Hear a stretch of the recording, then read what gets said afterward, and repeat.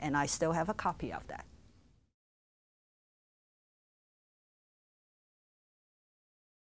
In 1996, 2 anti-immigrant laws were passed that have led to the deportation of many long-time lawful permanent residents, even for a single misdemeanor crime. And they've been sent away far from their homes, including to the Eloy Detention Center in Arizona. Since that time, an estimated 1.6 million family members, including spouses and children, have been separated from their loved ones.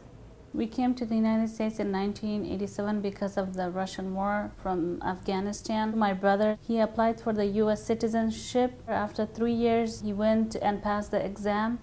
Afterwards, they came and told him to come and sign some documents. And the same day or the next day, they took him to Eloy, Arizona. He was there for one single misdemeanor, which happened over 10 years ago. It resulted him to be there for almost 5 years. He owned his own business. He employed my brothers.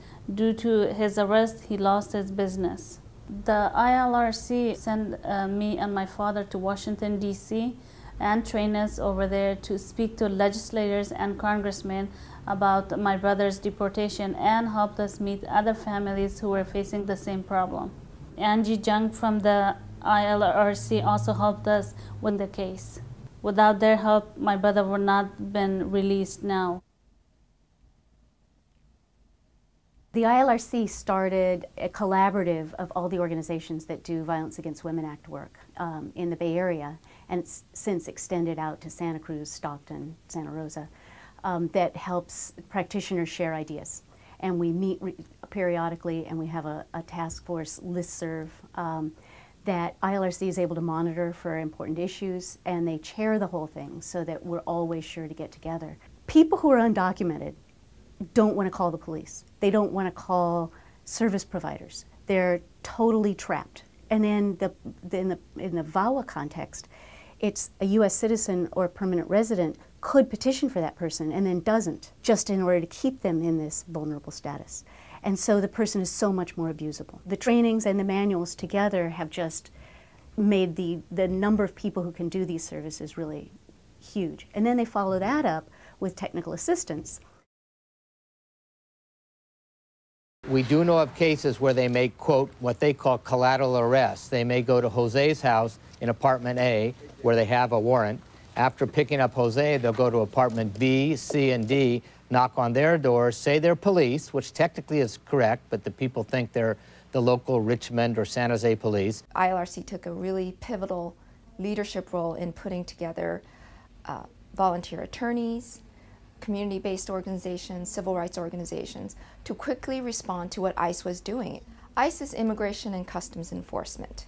They're a branch of the Department of Homeland Security. A couple of years ago, we've noticed ICE in large groups going out into our communities and arresting large groups of people, either on the streets, in apartment dwellings, in workplaces.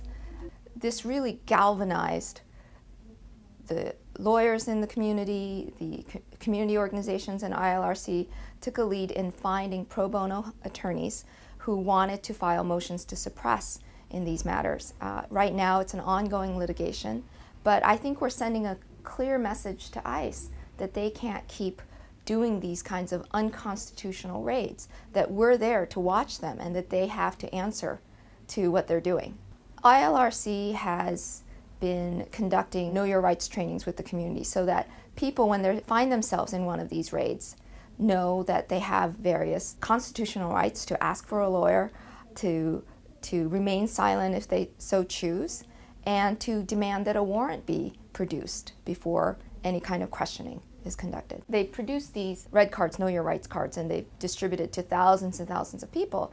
And I'm finding among my own clients in my own work that they've seen these cards, they know their rights, they know they're supposed to remain silent, they know they have a right to an attorney, even when ICE is coming through their doors with guns drawn, that they have certain rights.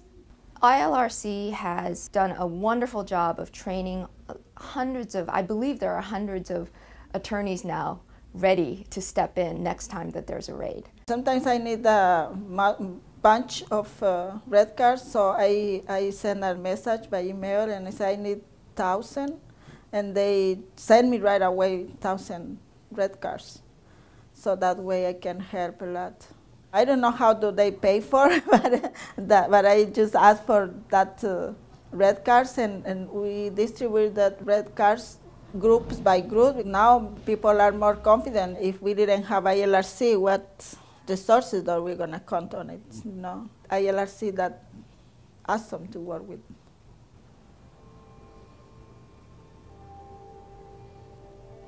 The system is broken. We need to change. We need this comprehensive, really immigration reform. We need it.